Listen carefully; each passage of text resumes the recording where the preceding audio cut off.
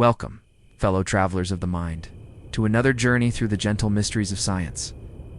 Tonight we drift together through one of the most fascinating and intimate landscapes of human experience, the delicate, intricate world of memory. Whether you're settling into bed after a long day, finding a quiet moment in your evening, or perhaps listening from somewhere far across the world, where dawn is just beginning to whisper, you're invited to let your mind wander with me through the soft corridors of remembrance. I'm curious, where are you listening from tonight? Are you tucked beneath warm blankets, perhaps with a cup of tea cooling on your nightstand? Or maybe you're gazing out at city lights or country stars. Whatever time it is in your corner of the world, whatever brought you here to explore the science of memory, know that it's perfectly fine if your eyelids grow heavy as we journey together. In fact, there's something beautifully fitting about drifting towards sleep while contemplating the very mechanism that will help you remember this peaceful moment tomorrow. Memory is perhaps the most personal of all sciences. It's the invisible thread that weaves through every moment of our lives. It's connecting us to our past selves, anchoring us in the present, and even reaching forward to shape our future. Tonight, we'll explore how your brain, right now, is quietly working to capture this very experience. Filing away the sound of these words, the comfort of your surroundings, the thoughts that drift through your mind as you listen. We'll begin our gentle exploration by understanding memory as the fundamental process that makes you uniquely you. Then we'll wander through the remarkable architecture of your brain, discovering the hidden chambers where memories are born and stored. We'll witness the magical moment when experiences transform into lasting memories, and follow their journey from fleeting thoughts to permanent treasures locked away in the deepest vaults of your mind. Along the way, we'll explore why some memories fade like morning mist, while others remain crystal clear for decades. We'll discover how emotions act as powerful anchors, making certain memories shine brighter than others, and how the simple act of repetition can transform a passing thought into a lifelong companion. We'll even venture into the mysterious realm of false memories, where our minds become creative storytellers, weaving new tales from the threads of old experiences. Perhaps most wonderfully, we'll discover how your memories don't just record your life, they actually create who you are. Every laugh you've shared, every sunset you've watched, every moment of quiet contemplation like this one has left its gentle mark on the landscape of your mind, building the unique constellation of experiences that is unmistakably beautifully you. As we drift through these ideas together, remember that this isn't just abstract science we're exploring. This is the very mechanism working inside your head right now, as real and present as your heartbeat, as essential as your breath. Your brain is already beginning to encode this moment, this feeling of peaceful curiosity, this sense of floating gently through ideas as vast and mysterious as the night sky above us. So settle in a little deeper, let your breathing slow and your muscles relax, and prepare to be amazed by the quiet miracle happening inside your mind every single moment of every single day. Welcome to the beautiful, mysterious, endlessly fascinating world of human memory. As we begin to explore the gentle depths of memory, let's pause for a moment and consider what an extraordinary thing it is that you can remember it all. Right now, as you listen to these words, your mind is effortlessly drawing upon countless memories to make sense of language, to understand meaning, to connect these new ideas with things you already know. It's such a natural process that we rarely stop to marvel at it. Yet memory is perhaps the most fundamental aspect of what makes us human. Think about this for a moment. Without memory, you would wake up each morning as a complete stranger to yourself. You wouldn't recognize your own reflection, wouldn't know your name, wouldn't remember the faces of the people you love most in the world. Every song would be entirely new, every story completely unfamiliar. Every sunset would be the first you'd ever witnessed. In a very real sense, memory is not just something you have, it is something you are. Memory is far more than a simple recording device, more complex than any camera or computer we could ever build. It's a living, breathing, constantly evolving tapestry that weaves together not just facts and events, but emotions, sensations, meanings, and connections that span your entire lifetime. When you remember your childhood bedroom, you don't just recall the color of the walls or the position of the furniture. You remember how the morning light fell across your pillow, the smell of breakfast drifting up from the kitchen, the feeling of safety and comfort that wrapped around you like a warm blanket. This is what makes human memory so beautifully unique. It doesn't just store information, it stores experience. It captures not only what happened, but how it felt, what it meant, and how it connected to everything else in your life. Your memory of learning to ride a bicycle isn't just a sequence of events. It's a rich constellation of sensations. The wobble of uncertainty, the gentle pressure of a guiding hand on your back, the moment of triumph when you realized you were balancing on your own, the wind in your hair as you pedaled toward freedom. Memory serves as the bridge between moments, allowing each experience to build upon the last. When you taste something delicious, memory whispers comparisons to other flavors you've enjoyed. When you hear a piece of music, memory creates connections to other melodies, other times, other feelings. It's memory that allows you to learn from your mistakes, to build relationships, to develop skills, to grow as a person. Without it, every moment would exist in complete isolation, disconnected from every other moment of your life. But memory is also remarkably selective and creative. It doesn't record everything with equal clarity or importance. Instead, it acts like a wise editor, choosing what to preserve, what to enhance, and what to let fade away. It highlights the moments that matter most, the experiences that shaped you, the lessons that helped you grow. Sometimes this process happens consciously, when you deliberately try to remember something important. But more often it happens quietly, automatically, as your brain sorts through the constant stream of experiences and decides what deserves a permanent place in the archive of your life. Consider how memory allows you to travel through time in ways that would seem magical if they weren't so familiar. In an instant, you can transport yourself back to your 5th birthday party. Feeling again the excitement of unwrapping presents, hearing again the voices of family members singing happy birthday. You can revisit conversations with old friends, walk again through places you haven't seen in years, even experience again the precise emotions you felt during significant moments of your life. This isn't just remembering, it's a form of time travel that exists nowhere else in the known universe. Memory also serves as your personal compass, guiding you through decisions both large and small. When you meet someone new, memory helps you decide whether they remind you of people you've trusted or people who've hurt you. When you face a challenge, memory provides you with a library of strategies you've used before, lessons you've learned, wisdom you've accumulated over years of living. It's the reason you can walk into a new restaurant and know roughly what to expect, why you can navigate social situations with confidence, why you can build on past experiences to create something entirely new. Perhaps most beautifully, memory creates continuity in a world of constant change. Your body replaces nearly every cell over the course of 7 years. Yet you remain recognizably you, because memory maintains the thread of identity that connects your past self to your present self. You are the same person who took their first steps, said their first words, felt their first heartbreak, achieved their first major success, even though physically you are completely different than you were during any of those moments. Memory also serves as the foundation for hope and planning. It's only because you can remember that difficult times, eventually past, that you have faith you'll get through current challenges. It's only because you can remember the satisfaction of achieving goals that you're motivated to set new ones. Memory doesn't just connect you to your past, it actually shapes your future by informing your dreams, your expectations, and your understanding of what's possible. As we drift deeper into understanding memory, consider how it's working right now, in this very moment. Your brain is deciding which of these ideas to store, which connections to make, which emotions to attach to these concepts. Tomorrow, when someone mentions memory, your mind might flash back to this peaceful evening, to the feeling of learning something new while relaxing into sleep. Memory is not just the subject we're exploring tonight, it's the very mechanism that will allow you to carry these ideas with you long after our journey together ends. The relationship between memory and consciousness is one of the most profound mysteries we encounter. You might wonder, are you conscious because you remember, or do you remember because you're conscious? Scientists have pondered this question for decades, and the answer seems to be that they're inextricably intertwined, like two dancers moving in perfect harmony. Your sense of being a continuous, coherent person depends entirely on memory's ability to connect each moment of awareness to every other moment you've experienced. Think about how memory shapes not just what you know, but how you think.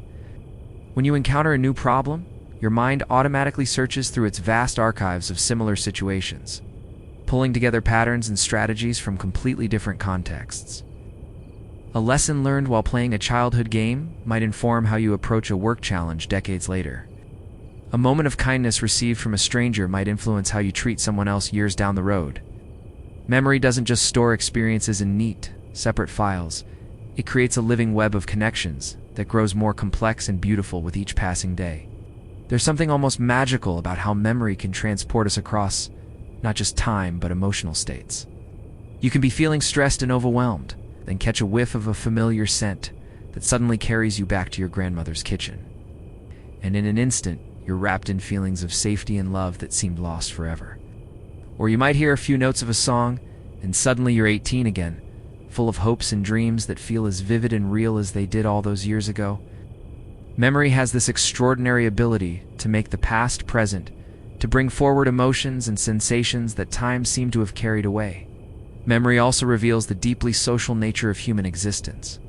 So many of our most treasured memories involve other people, the connections we've made, the love we've shared, the moments of understanding and laughter and tears that bind us together. When we remember, we're often remembering relationships, remembering how it felt to be truly seen and understood by another person, or how it felt to suddenly understand someone else in a moment of perfect clarity. Our individual memories are actually collective in many ways, shared experiences that created bonds stronger than any physical force. Consider, too, how memory allows for forgiveness both of others and ourselves. Without memory, we couldn't learn from our mistakes, couldn't grow beyond our failures, couldn't appreciate how far we've come. But memory also allows us to soften hard edges over time, to remember the love even when we've forgotten the exact words of an argument, to focus on what mattered most, and let the smaller hurts fade into the background. Memory is not just a recording, it's an active process of interpretation and reinterpretation that allows us to make peace with our past and move forward with wisdom. The creative aspect of memory is particularly fascinating. Every time you remember something, you're not just accessing a stored file. You're actually recreating the memory, rebuilding it from fragments and impressions and emotions.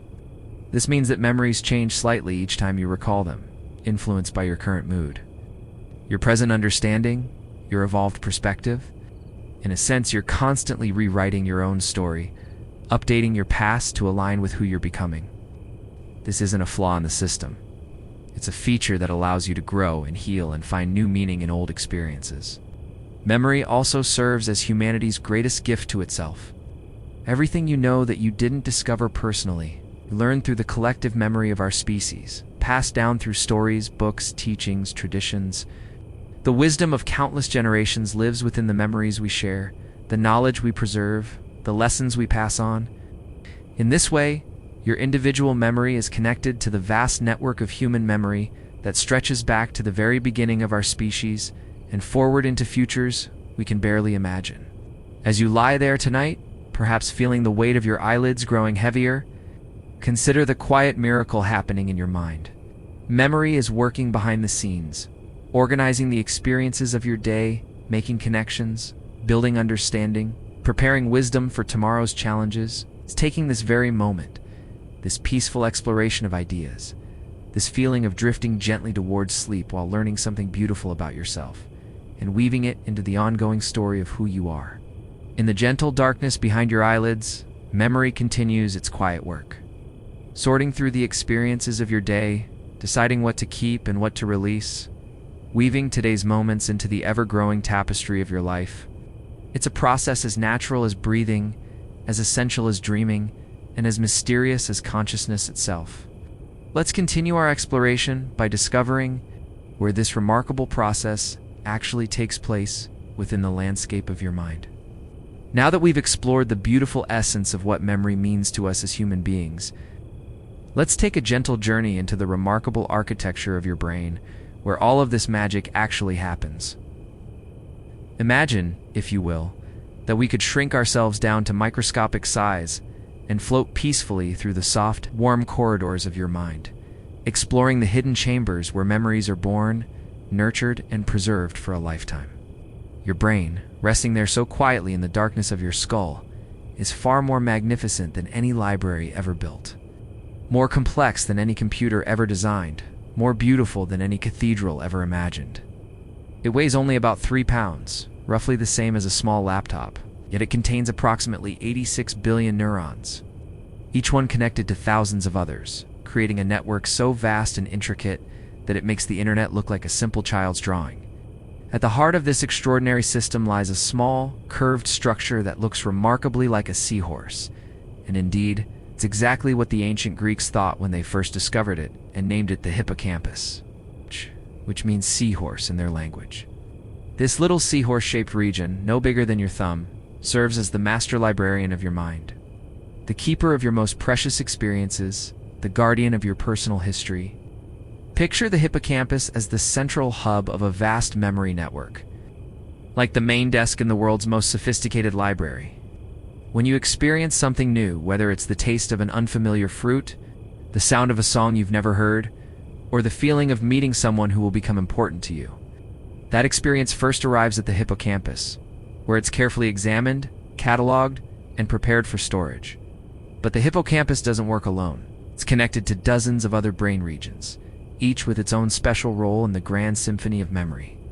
The amygdala, two small almond-shaped structures tucked deep in your brain, serve as the emotional editors of your memories.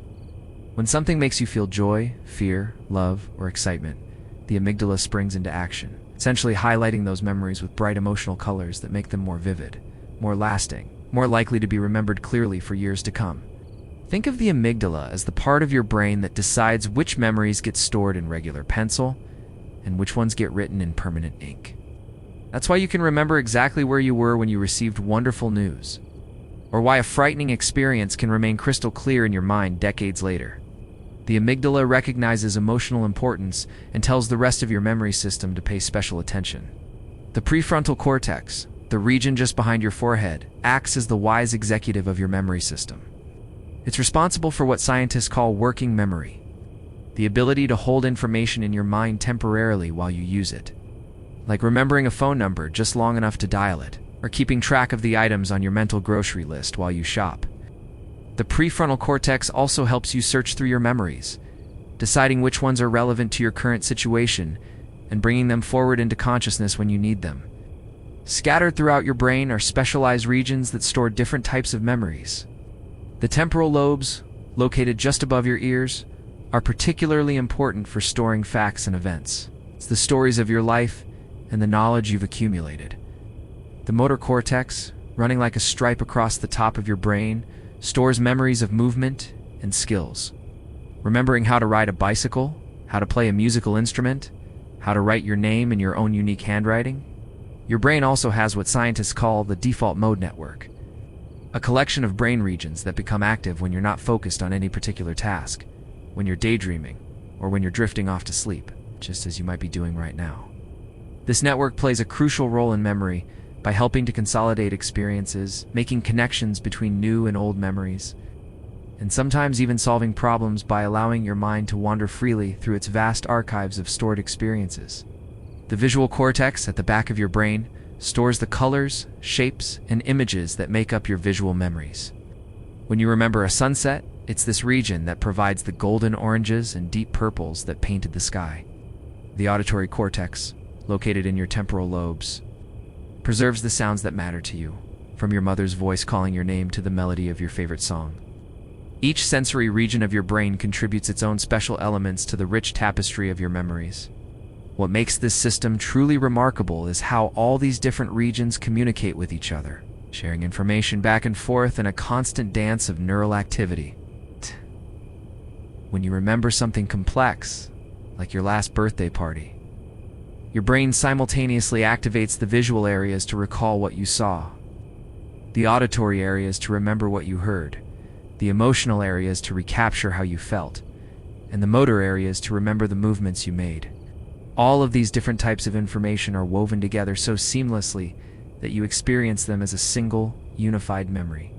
The hippocampus orchestrates this complex symphony, but it doesn't store the memories permanently within itself. Instead, it acts more like a conductor who helps all the different sections of the orchestra play together in harmony. Over time, usually while you sleep, the hippocampus gradually transfers memories to other parts of your brain for long-term storage. This process, called consolidation, is like moving important documents from a temporary holding area to a permanent archive. Scientists have discovered that your brain has something like a filing system, but it's far more sophisticated than anything we could build artificially. Related memories are stored near each other, creating networks of association that allow one memory to trigger another. That's why hearing a particular song can suddenly remind you of a person you haven't thought about in years, or why the smell of baking bread can transport you instantly to your grandmother's kitchen. The brain also has remarkable backup systems.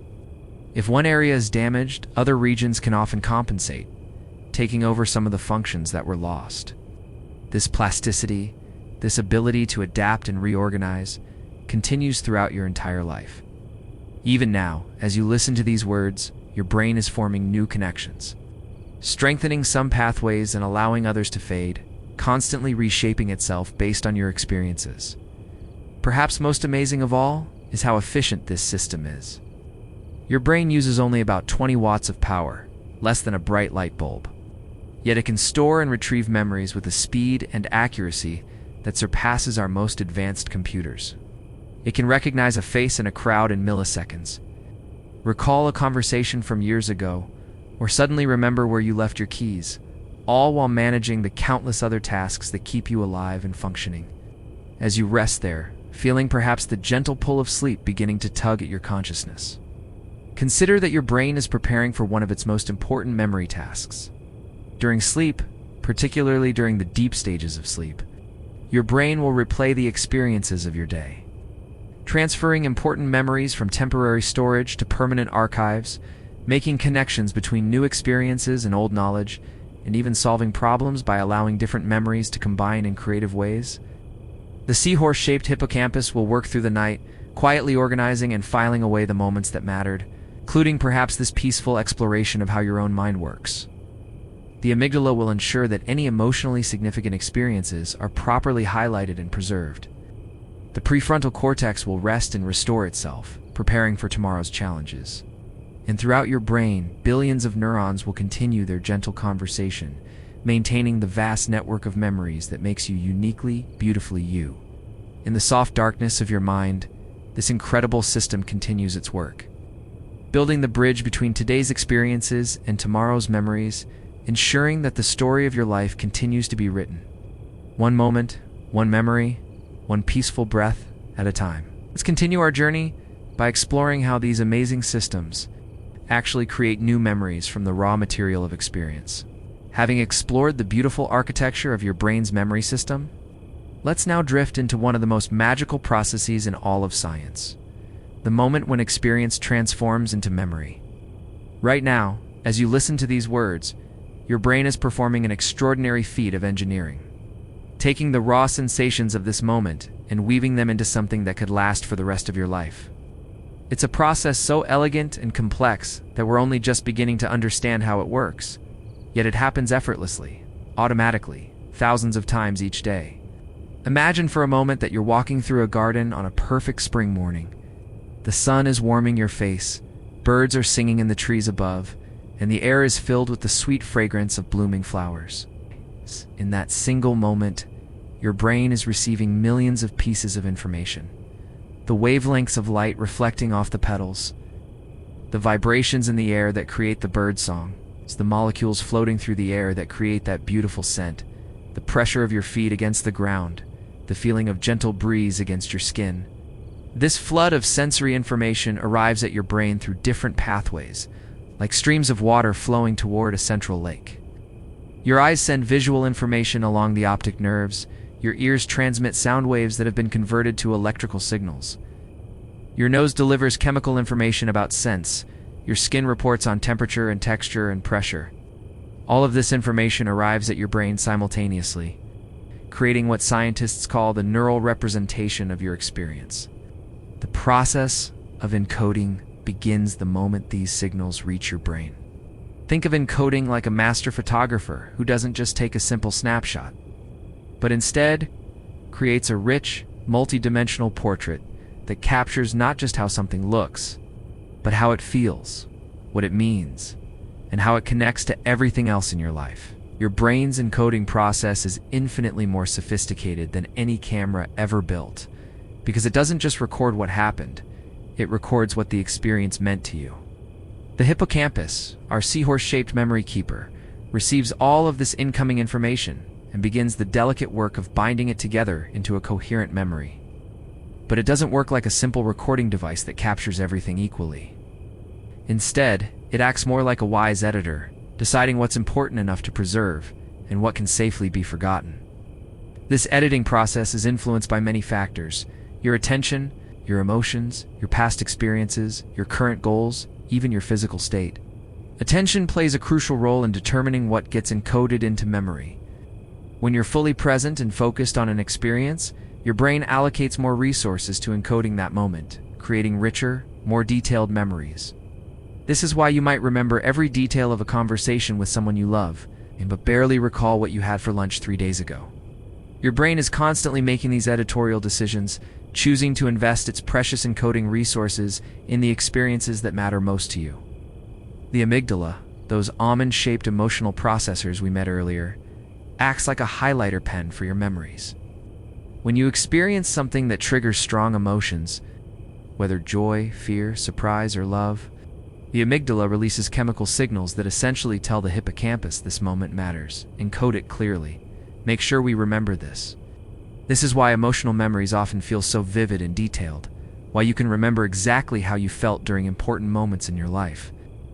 But encoding isn't just about capturing individual moments, it's also about making connections.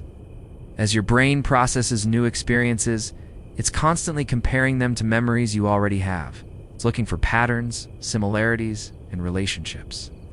When you taste a new food, your brain doesn't just encode the flavor in isolation. It connects it to other tastes you've experienced, other meals you've enjoyed, other times you've felt the satisfaction of discovering something delicious. These connections are created through what scientists call neural networks, pathways of communication between different brain cells. When neurons fire together repeatedly, they form stronger connections, like paths through a forest that become more defined each time someone walks along them. This is the physical basis of memory formation. Experiences literally change the structure of your brain, creating new pathways and strengthening existing ones. The process of encoding also involves what researchers call elaborative processing, where your brain doesn't just record what happened, but also thinks about what it means, how it relates to your life, what you can learn from it. When you meet someone new, your brain doesn't just encode their appearance and voice. It also processes how they make you feel, whether they remind you of other people you know, what their presence might mean for your future. Interestingly, the act of trying to remember something actually changes how it's encoded. When you consciously attempt to memorize information, perhaps repeating a phone number or rehearsing someone's name, you're engaging additional brain regions that strengthen the encoding process. But sometimes the most vivid memories are formed without any conscious effort at all. Like the way you might suddenly realize you remember every detail of a casual conversation that seemed unimportant at the time. Your brain also uses what scientists call schemas, which are like mental templates or frameworks that help organize new information. When you visit a restaurant, you don't have to figure out from scratch how restaurants work, because you have a restaurant schema that tells you to expect a menu, a server, a bill at the end. These schemas help your brain encode new experiences more efficiently by providing a structure for organizing the information. The encoding process is also influenced by your current knowledge and expectations. If you're a musician listening to a symphony, your brain will encode different aspects of the experience than someone who knows nothing about music. Your expertise provides additional frameworks for understanding and remembering the experience, creating richer, more detailed memories that connect to your existing knowledge. Sleep plays a fascinating role in memory encoding as well. During the day, your brain is constantly receiving new information, but it's during sleep that much of the real work of memory formation happens. While you rest, your brain replays the experiences of the day, transferring information from temporary storage areas to more permanent locations, making connections between new memories and old ones, and even discarding information that's no longer needed. The encoding process is also remarkably selective and creative. Your brain doesn't try to remember everything equally because that would quickly overwhelm your storage capacity. Instead, it extracts the essential elements of an experience, the core meaning and the most important details, and creates a memory that captures the essence of what happened.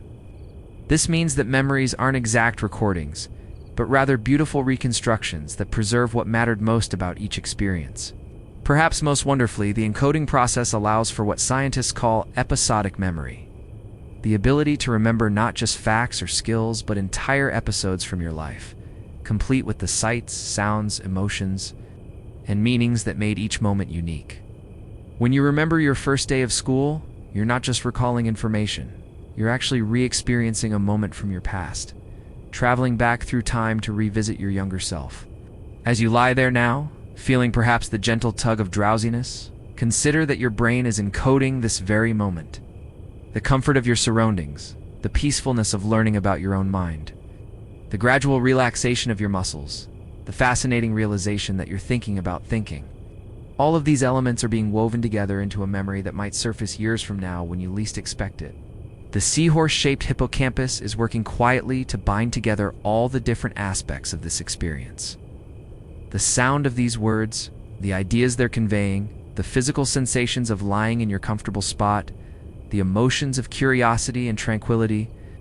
Tomorrow, or perhaps years from now, something might trigger this memory, and you'll suddenly find yourself back in this peaceful moment, remembering what it felt like to drift gently towards sleep.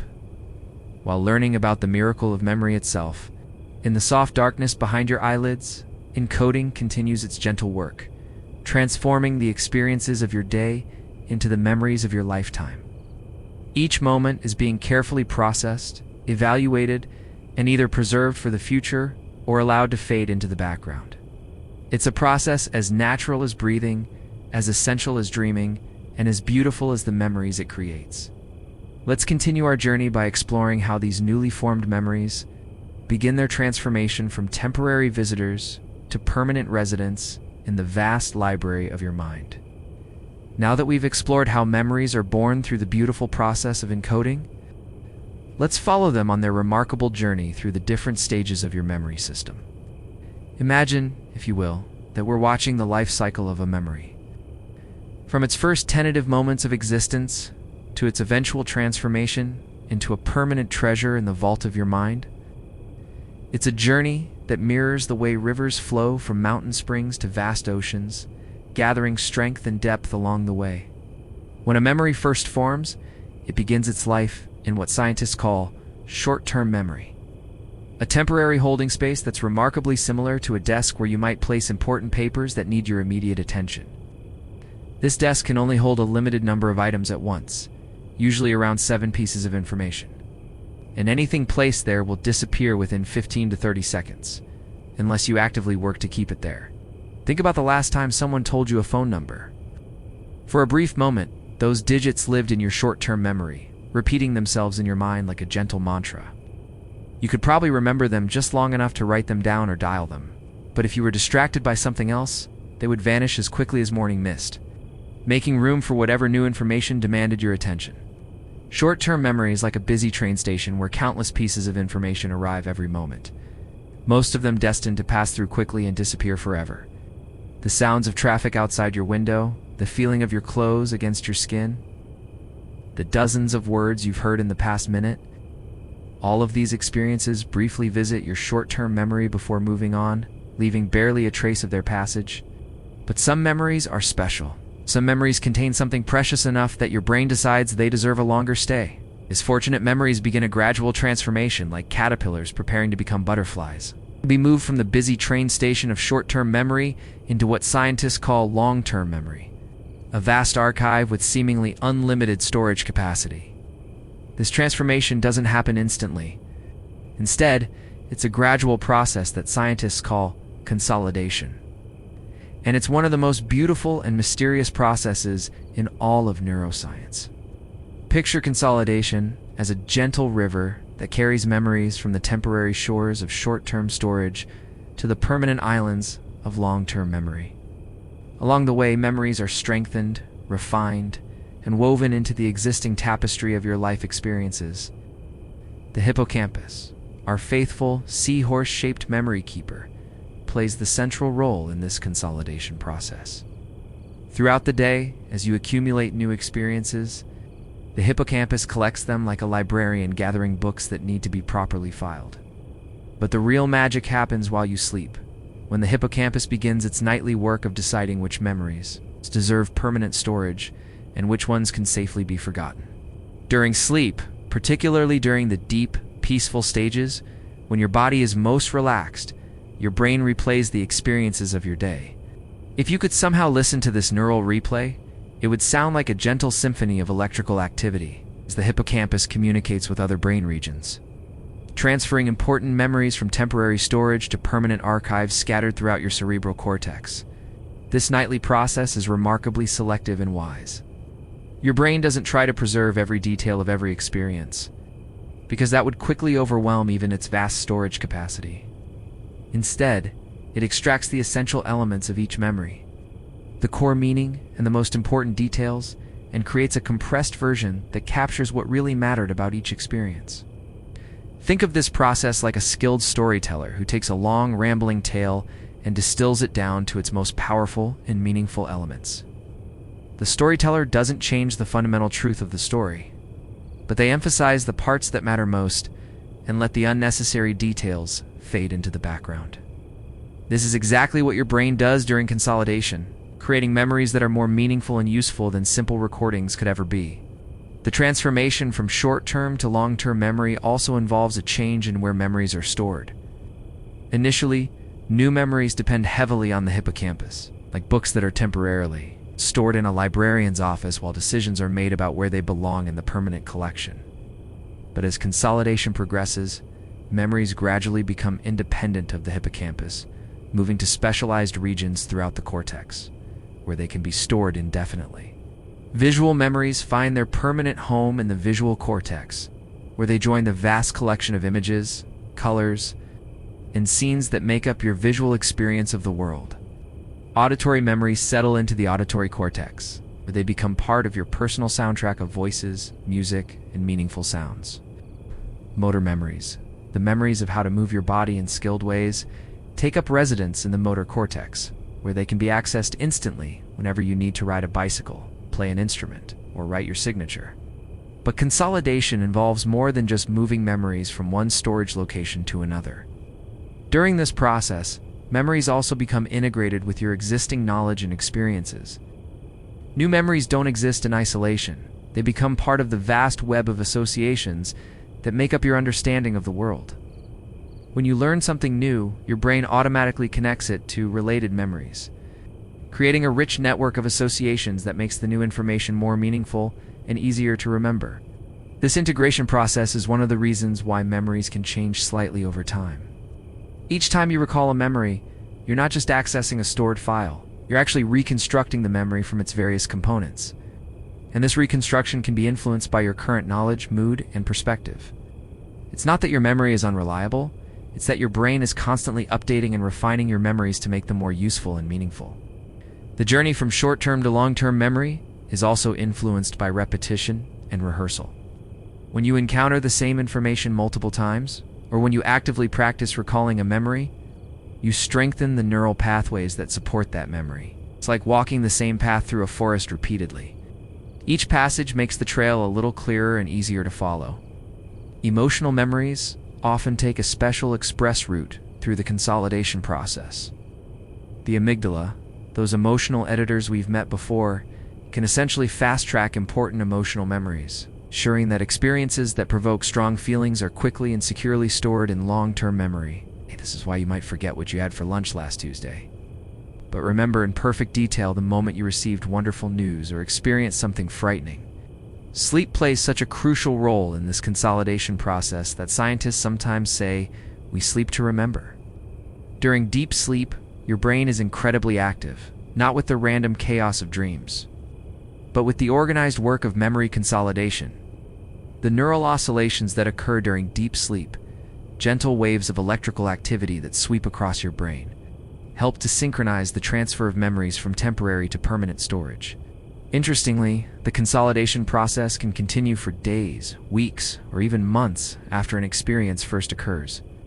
Some memories, particularly complex or emotionally significant ones, may continue to evolve and strengthen long after you first formed them. This extended consolidation period explains why memories can sometimes become clearer and more meaningful with time. As your brain continues to process and integrate them with your growing understanding of the world, The transformation from short-term to long-term memory is also remarkably democratic. Your brain doesn't just preserve the memories you consciously decide are important. It also saves countless memories that you formed without any deliberate effort. Years later, you might suddenly remember a casual conversation, a glimpse of scenery from a car window, or the way light fell across a room during an ordinary afternoon. These memories survive the journey from short-term to long-term storage, not because you tried to remember them, but because something about them resonated with the deeper patterns of your life. As you rest there now, perhaps feeling your thoughts becoming softer and more dreamlike, consider that your brain is preparing for tonight's session of memory consolidation. Experiences of your day, including this peaceful exploration of how memory works, are waiting in the temporary storage of your short-term memory, ready to begin their transformation into permanent residents of your mind.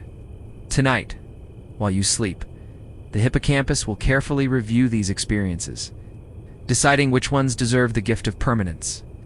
This gentle conversation about memory might join the archive of interesting things you've learned, connected forever to your growing understanding of how your own mind works.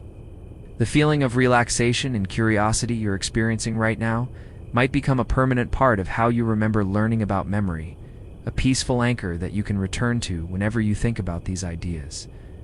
In the quiet darkness of sleep, consolidation continues its ancient work, building the bridge between today's experiences and tomorrow's memories, ensuring that the most important moments of your life are preserved, not just as static recordings, but as living, breathing parts of the story that makes you uniquely you.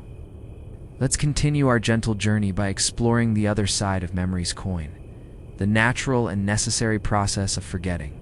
Having followed memories on their journey from temporary visitors to permanent residents in your mind, we now turn to explore one of the most misunderstood aspects of human memory, the gentle, natural, and absolutely essential process of forgetting. Far from being a flaw in your memory system, forgetting is actually one of its most sophisticated and beneficial features, a wise editorial process that helps your mind stay organized, efficient, and focused on what matters most. Imagine for a moment what life would be like if you remembered everything with perfect clarity forever. You would recall not just every birthday and graduation, but also every mundane conversation, every advertisement you've ever seen, every pain you've ever felt, every embarrassing moment, every fleeting worry that crossed your mind.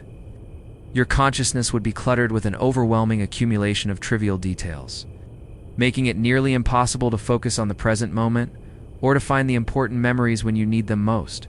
Forgetting, then, is not your brain failing you, it's your brain protecting you. It's a sophisticated filtering system that helps you navigate through life with a mind that's organized, efficient, and focused on what truly matters. Like a wise librarian who periodically removes outdated books to make room for new and more relevant ones, your brain constantly evaluates your memories, strengthening some and allowing others to gently fade away. Scientists have identified several different types of forgetting, each serving its own important purpose in the grand architecture of your mind. The first and most common type is what researchers call normal forgetting or decay, a natural process where memories simply fade over time when they're not used or reinforced. Think of these memories like footprints in sand, clear and distinct when first made, but gradually softened by the gentle waves of time until they eventually disappear altogether. This type of forgetting follows what scientists call the forgetting curve, a pattern discovered over a century ago that shows how memories fade in a predictable way.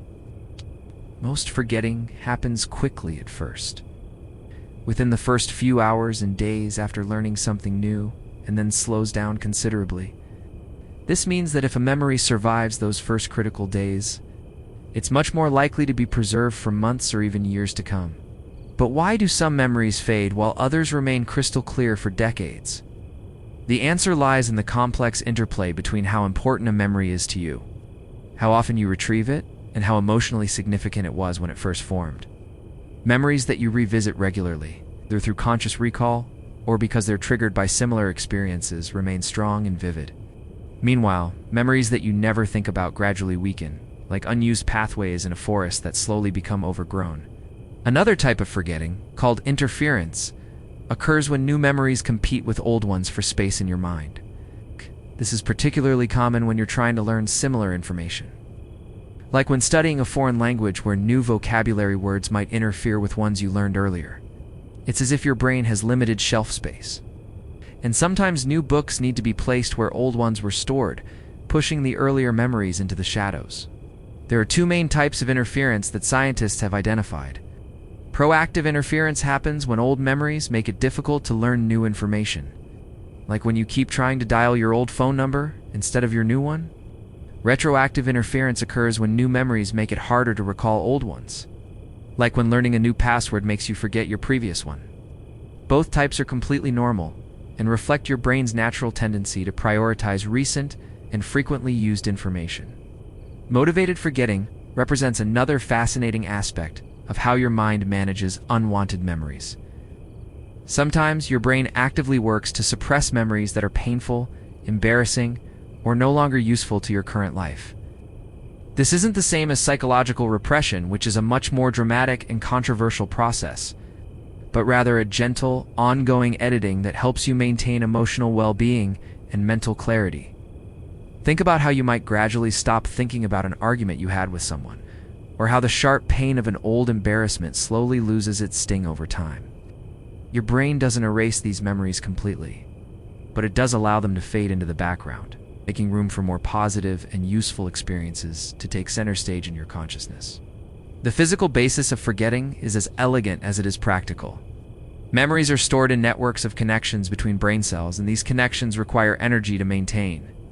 When a memory isn't used for a long time, your brain essentially decides that the energy required to maintain those neural pathways could be better used elsewhere. The connections gradually weaken, like an unused trail through the forest that slowly becomes overgrown with vegetation. This process is guided by what neuroscientists call synaptic homeostasis, a fancy term for your brain's natural tendency to balance the strength of different memories to maintain overall efficiency. During sleep, particularly during deep sleep stages, your brain actively reviews the memories formed during the day, strengthening the connections that support important memories, while allowing less crucial ones to weaken. Forgetting also serves important creative and problem-solving functions. When you forget specific details about past experiences, you're more likely to focus on the general patterns and principles that can be applied to new situations. This selective forgetting allows you to extract wisdom from experience without being weighed down by irrelevant specifics. It's the difference between remembering every word of every conversation you've ever had versus remembering the general lessons those conversations taught you about human nature. Sleep plays a particularly fascinating role in the forgetting process. While you rest, your brain doesn't just consolidate important memories, it also actively forgets unnecessary information. Scientists have discovered that the brain actually has a cleaning system called the glymphatic system that becomes more active during sleep, washing away cellular waste and potentially clearing out unneeded memory traces. The process of forgetting is also closely tied to your current goals and interests. Information that's no longer relevant to your life naturally fades more quickly than information that remains useful. This is why you might forget the names of classmates from elementary school, but remember perfectly the skills you use in your current job. Your brain is constantly evaluating which memories serve your present purposes and which ones can safely be allowed to fade.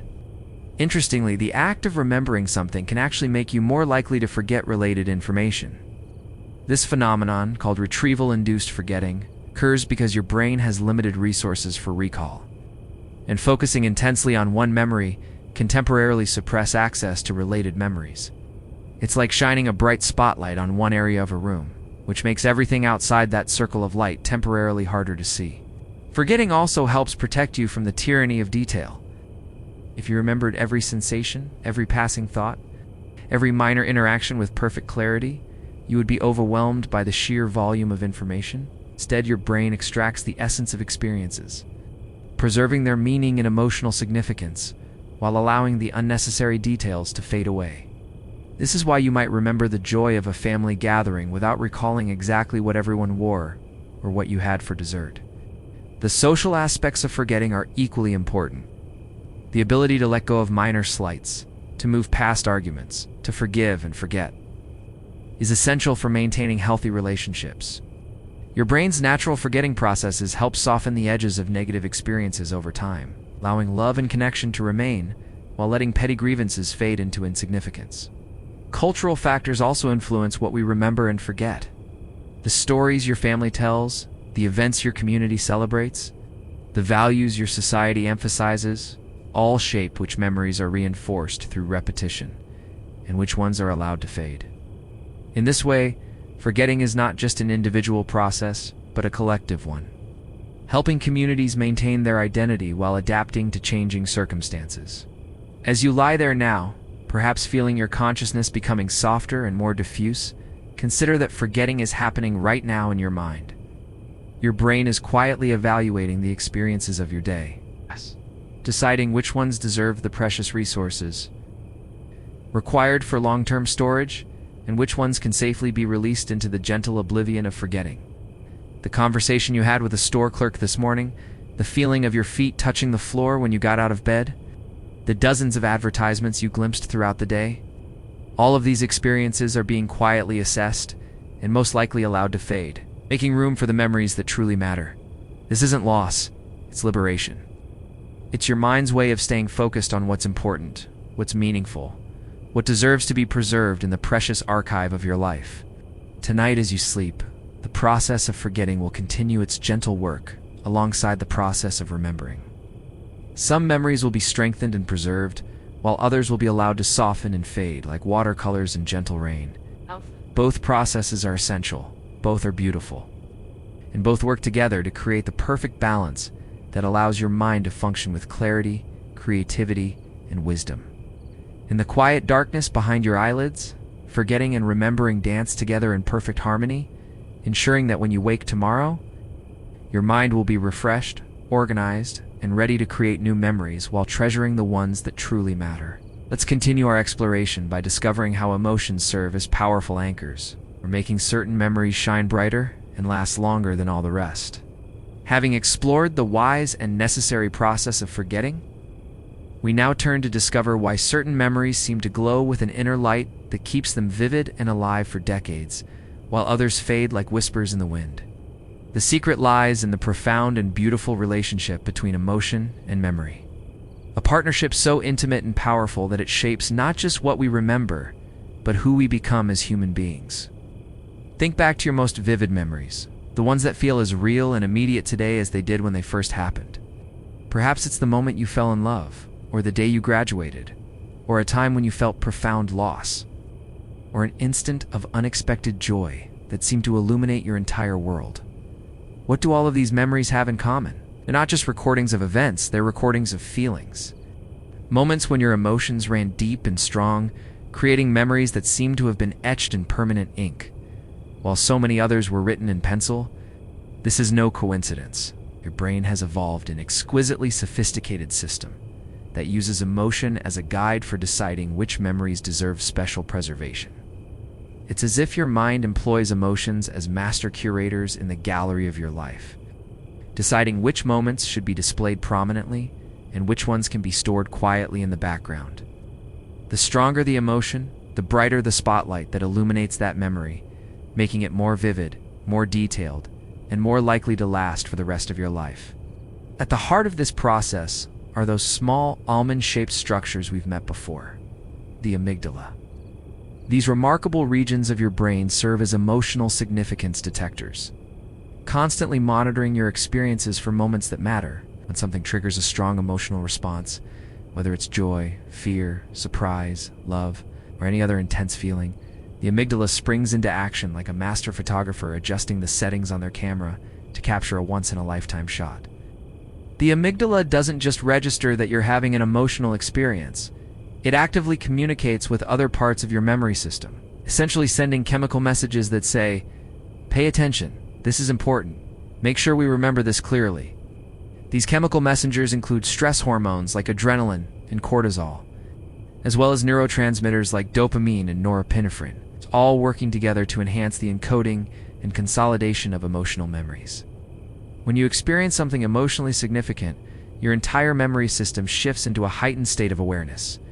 The hippocampus, your faithful memory keeper, receives these chemical signals and responds by allocating more resources to processing that experience. It's like the difference between taking a casual snapshot and hiring a professional photographer with the best equipment available. Emotional memories get the premium treatment, resulting in recordings that are richer, more detailed, and more durable than ordinary memories. This emotional enhancement affects every aspect of how memories are formed and stored. Visual details become sharper, the sounds more distinct, the physical sensations more precisely preserved. Even peripheral details that you weren't consciously paying attention to can be captured with remarkable clarity. When emotions are running high, this is why you might remember not just the words someone spoke during an important conversation, but also exactly what they were wearing, the expression on their face, the way the light was falling in the room, even the temperature of the air around you. The relationship between emotion and memory also works in reverse. Just as strong emotions create vivid memories can recreate strong emotions. When you remember something that was emotionally significant, you don't just recall what happened, you often re-experience some of the feelings you had at the time. This emotional time travel is one of the most remarkable features of human memory, allowing you to revisit not just the events of your past, but the emotional landscape that gave those events their meaning. Different emotions seem to enhance memory in different ways. Fear and surprise, for example, are particularly powerful memory enhancers because they signal potential danger or unexpected change. Situations where remembering details clearly could be crucial for survival. Joy and love create memories that are not just vivid, but also warm and inviting, the kind of memories you want to revisit again and again. Even sadness can enhance memory formation, creating detailed records of loss that can help you process grief and eventually find meaning in difficult experiences. The timing of emotional arousal also matters. Memories formed during moments of peak emotional intensity tend to be the most vivid and long-lasting. Even memories formed shortly before or after an emotional event can be enhanced. As if the emotional energy spreads out like ripples in a pond, touching memories that were formed nearby in time. This is why you might remember clearly not just the moment you received important news, but also what you were doing in the minutes before and after you heard it. Positive emotions seem to broaden the scope of what gets remembered, creating memories that capture not just specific details, but also the general context and meaning of experiences. When you're feeling happy, your brain tends to make more connections between different pieces of information, creating richer, more integrated memories. Negative emotions, on the other hand, tend to focus attention more narrowly, creating memories that are extremely detailed about specific aspects of an experience, but might miss some of the broader context. The social dimension of emotional memory is particularly fascinating. Many of our strongest emotional memories involve other people, moments of connection, love, conflict, or shared experience that created bonds between us and others. These social emotional memories don't just record what happened, they also preserve the quality of relationships, the feeling of being understood or misunderstood, the sense of belonging or isolation that shaped those moments. Your brain also seems to have a built-in bias toward remembering emotional peaks and endings.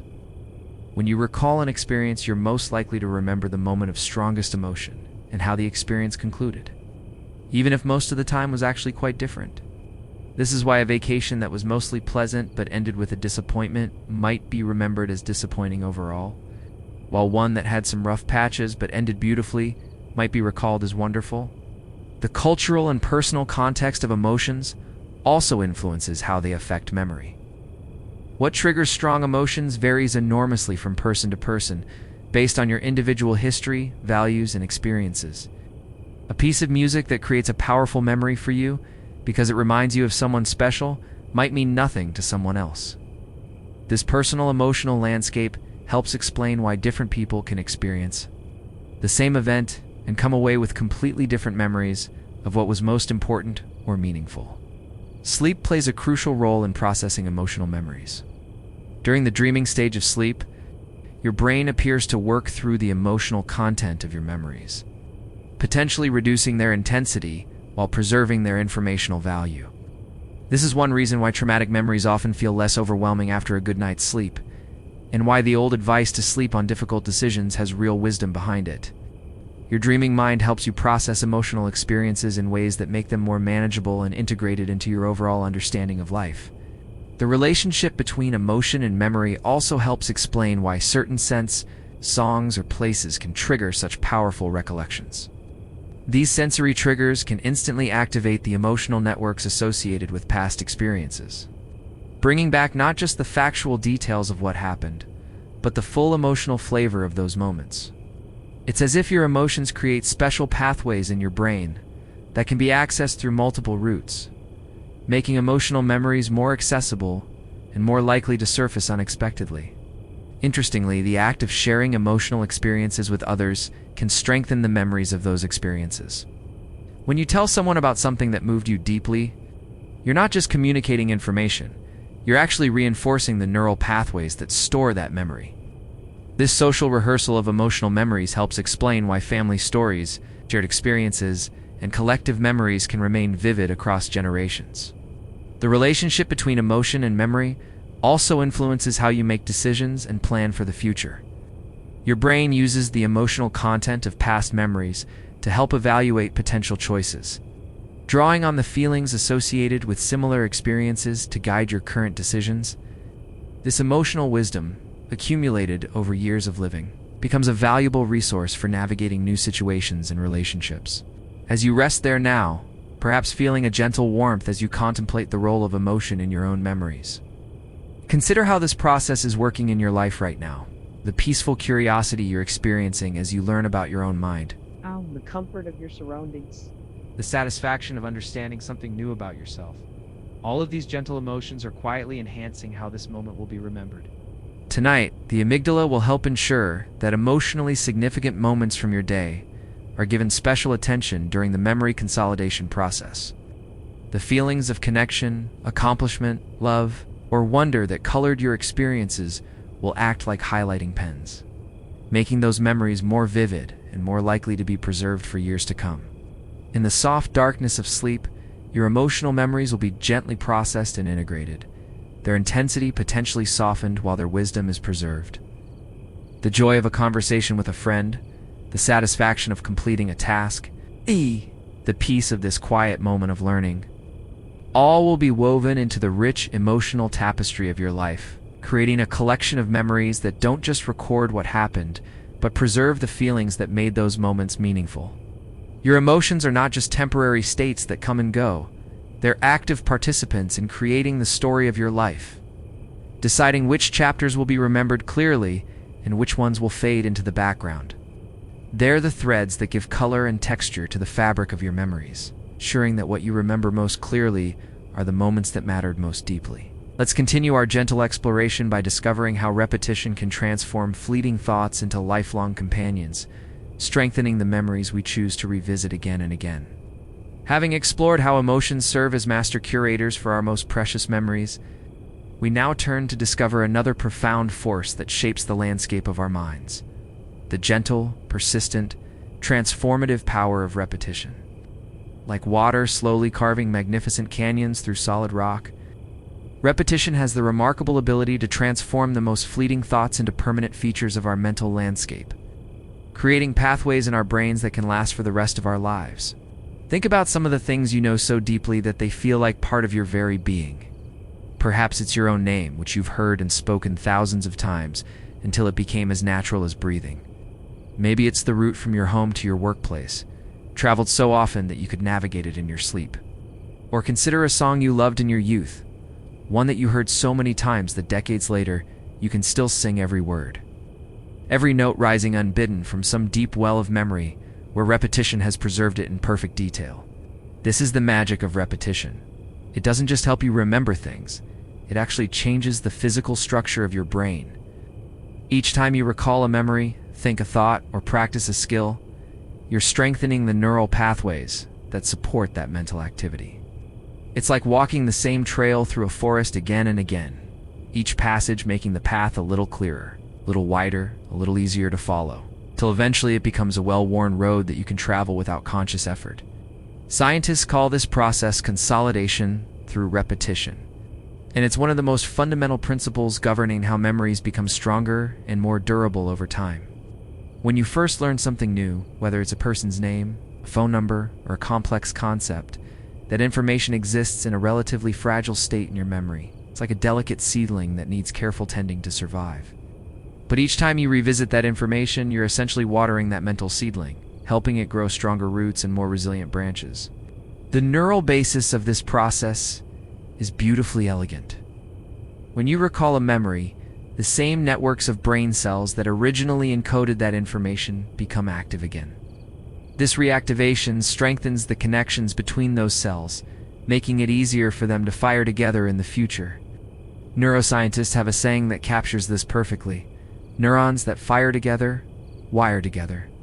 Each repetition creates a slightly stronger bond between the cells involved in storing that memory, like adding another strand to a rope until it becomes virtually unbreakable. But repetition doesn't work like a simple copy machine, making identical duplicates of the same information over and over again. Instead, each time you recall something, you're actually reconstructing that memory from its component parts. And this reconstruction process can subtly change and improve the memory. It's more like a musician who plays the same piece many times, each performance slightly different, gradually refining their interpretation until they achieve something more beautiful and meaningful than any single performance could have been. The timing of repetition matters enormously. Your brain seems to have an optimal schedule for reviewing information that maximizes the strengthening effect while minimizing the effort required. This is the principle behind what scientists call spaced repetition, where information is reviewed at gradually increasing intervals. You might review something after 1 day, then after 3 days, then after a week, then after a month. This spaced schedule is far more effective than cramming, where you might review the same information many times in a short period. The reason spaced repetition works so well has to do with the natural forgetting process we explored earlier. When you allow a memory to fade slightly between repetitions, the act of recalling it again requires more effort. And this effort actually strengthens the memory more than reviewing it when it's still fresh and easily accessible. It's like lifting a weight that's just heavy enough to challenge your muscles, each repetition making you stronger than the last. This principle explains why distributed practice, spreading learning sessions out over time, is so much more effective than massed practice, trying to learn everything at once. When you space out your repetitions, you're taking advantage of your brain's natural learning rhythms, working with your memory system rather than against it. Each time you successfully recall something that has started to fade, you're proving to your brain that this information is important enough to deserve stronger, more permanent storage. Repetition also works through what scientists call elaborative rehearsal, where each time you revisit information, you think about it in slightly different ways, make new connections, or relate it to different aspects of your existing knowledge. This is much more powerful than rote repetition, where you simply repeat the same information in exactly the same way each time. When you elaborate on information during repetition, you're creating multiple pathways to the same memory, like building several different roads to the same destination. The social dimension of repetition is particularly powerful. When you share stories with family and friends, discussing the same experiences multiple times from different perspectives, you're not just enjoying conversation, you're actually strengthening the memories of those shared experiences. Family stories that get told and retold become some of our most vivid and enduring memories, preserved not just in individual minds, but in the collective memory of the group. Cultural repetition works the same way on a larger scale. Songs, stories, traditions, and values that a culture repeats across generations become deeply embedded in the minds of its members. These repeated cultural elements don't just inform us about our heritage, they actually shape how we think, what we value, and how we understand our place in the world. Repetition is one of the primary mechanisms through which culture transmits itself from one generation to the next. Sleep plays a fascinating role in the repetition process. While you rest, your brain spontaneously replays many of the experiences from your day, essentially providing automatic repetition for important memories without any conscious effort on your part. This nocturnal rehearsal is particularly strong for memories that were emotionally significant, or that you actively tried to learn during the day. It's as if your sleeping brain continues the work of repetition, strengthening pathways and making connections while your conscious mind rests. The power of repetition extends far beyond simple memorization. When you repeatedly practice a physical skill like playing a musical instrument or riding a bicycle, you're not just building muscle memory, you're actually creating neural patterns that can become so deeply ingrained that they operate almost automatically. This is why well-practiced skills can persist even after long periods of disuse. The neural pathways created through repetition are remarkably durable, like pathways carved in stone rather than traced in sand. Repetition also shapes your emotional responses and personality traits. When you repeatedly choose to respond to challenges with courage rather than fear, or with kindness rather than anger, you're strengthening neural pathways that make those responses more likely in the future. In this way, repetition becomes a tool for personal growth, allowing you to literally reshape your brain through conscious choice and persistent practice. The relationship between repetition and creativity might seem paradoxical, but it's actually quite profound. When certain skills or knowledge become so well rehearsed through repetition that they require minimal conscious attention, they free up mental resources that can be devoted to creative thinking. A musician who has practiced scales thousands of times can focus on expression rather than technique. A writer who has internalized grammar through repetition can concentrate on crafting beautiful prose rather than worrying about sentence structure. Repetition also creates what psychologists call fluency, the subjective feeling that information is familiar and easy to process. This fluency often makes repeated information feel more true, more important, and more personally relevant than information encountered only once. This is why advertising works through repetition, why political messages gain power through repetition, and why teachers emphasize key concepts multiple times in different ways. The quality of attention during repetition matters enormously. Mindful repetition, where you're fully present and engaged with what you're reviewing, is far more effective than mindless repetition, where you're going through the motions without real focus. When you pay careful attention during repetition, you're more likely to notice new details, make fresh connections, and deepen your understanding with each review. Repetition can also be combined with variation to create even more robust memories. When you practice the same information or skill in slightly different contexts or conditions, you're building flexibility into your neural pathways. This varied repetition makes memories more adaptable and more likely to be accessible. You need them in new or unexpected situations. As you rest there now, perhaps noticing how these ideas about repetition connect to your own experiences of learning and remembering. Consider how this principle is working in your life right now. The peaceful routine of listening to educational content before sleep, the gentle repetition of relaxing breathing, the familiar comfort of your bedtime environment. All of these repeated elements are creating stronger and stronger associations between learning, relaxation, and peaceful sleep. Tonight, as your brain engages in its natural repetition during sleep, replaying and strengthening the memories from your day, the ideas you've encountered about memory itself will become more deeply integrated into your understanding. Each time you think about these concepts in the future, each time you notice your own memory processes at work, you'll be engaging in a form of repetition that strengthens your insight into your own mind. The gentle repetition of peaceful, curious learning that you're experiencing right now is creating neural pathways that associate knowledge with tranquility. These pathways, strengthened each time you choose to learn something new in a state of peaceful attention, become part of the foundation for a lifetime of joyful discovery.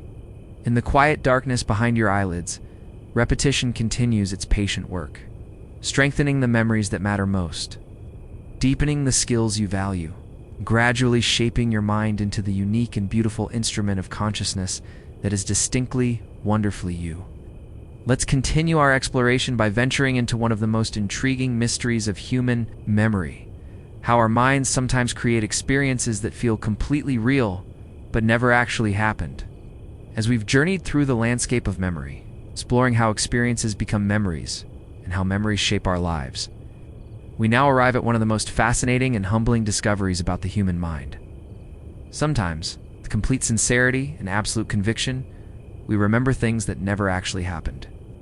These false memories feel every bit as real as true ones, carry the same emotional weight, and can influence our decisions just as powerfully as memories of actual events.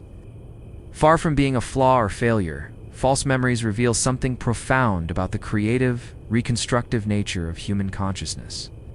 Imagine discovering that one of your most cherished childhood memories, something you've thought about countless times and perhaps even shared with others, has never actually occurred the way you remember it, or perhaps never occurred at all. This might seem impossible, even disturbing. But scientists have discovered that false memories are not rare anomalies. but rather natural products of how our memory system works. Our minds are not passive recording devices, but active storytellers, constantly weaving together fragments of experience, knowledge, and imagination into coherent narratives that help us make sense of our lives. The discovery of false memories began with careful laboratory studies, where researchers found they could reliably create false memories in ordinary people under controlled conditions. In one famous experiment, scientists asked participants to recall getting lost in a shopping mall as a child, an event that had never actually happened to any of them. Remarkably, about 25% of participants not only believed this false event had occurred, but actually developed detailed emotional memories of the experience, complete with specific details about who was there, what they felt, and how the situation was resolved. These findings initially shocked researchers, but they've since come to understand that false memories emerge from the same processes that create true memories. When we remember something, we don't simply retrieve a stored file like accessing a document on a computer. Instead, we actively reconstruct the memory from various fragments. Actual sensory experiences, emotions, general knowledge about how the world works, expectations based on similar situations, and information we've learned since the original event occurred. This reconstructive process is usually remarkably accurate, but it's also inherently creative. Each time you remember something, you're essentially creating it anew. And this creation process can sometimes incorporate elements that weren't part of the original experience. It's like a skilled artist who paints from memory, capturing the essential truth and emotional reality of a scene, while unconsciously adding details that make the painting more vivid or meaningful than a photograph could ever be. False memories often emerge when our natural memory processes encounter certain conditions that make inaccurate reconstruction more likely. Suggestion is one of the most powerful of these conditions. When someone else describes an event in a way that differs from your own memory, or when they suggest details that you don't remember, your mind might incorporate their information into your own recollection. This isn't deliberate deception. It's your brain's natural tendency to fill in gaps and create coherent stories from fragmentary information. The passage of time also makes false memories more likely. As real memories fade and lose their crisp detail, your mind becomes more willing to accept suggested information or to fill in missing pieces with plausible alternatives. This is why eyewitness testimony, once considered the gold standard of evidence, is now understood to be surprisingly unreliable, especially when significant time has passed since the witnessed event. Emotion plays a complex role in false memory formation. While strong emotions usually make memories more accurate and vivid, they can also make us more confident in memories that might actually be false. The feeling of certainty that accompanies an emotional memory can be so powerful that we never question its accuracy. Even when objective evidence suggests otherwise, our confidence in a memory is not a reliable indicator of its truthfulness. Repeated questioning or discussion about an event can gradually transform uncertain recollections into confident false memories. Each time you're asked about something you're not sure you remember, your mind works to construct a plausible answer, and this constructed response can gradually become incorporated into your actual memory of the event. It's as if each telling of an uncertain memory makes it slightly more real, until eventually it feels as solid and reliable as any true memory. Sleep and dreams contribute to false memory formation in fascinating ways. Sometimes elements from dreams can become confused with waking memories, especially if the dream was particularly vivid or emotionally significant. Your brain processes and consolidates memories during sleep, and occasionally this process might weave together real experiences with imagined ones, creating hybrid memories that feel completely authentic. The social nature of memory also contributes to false memories. When we share experiences with others, our individual memories of those events can be influenced by the stories other people tell. Family members might remember the same event quite differently, and through years of retelling and discussion, elements from one person's version might gradually become incorporated into another's memory. These socially constructed memories aren't lies or deliberate distortions. They're the natural result of memory's collaborative reconstructive nature. Cultural and personal schemas, our general knowledge about how the world works, also influence false memory formation. When we try to remember something, our minds automatically fill in details that seem consistent with our understanding of similar situations.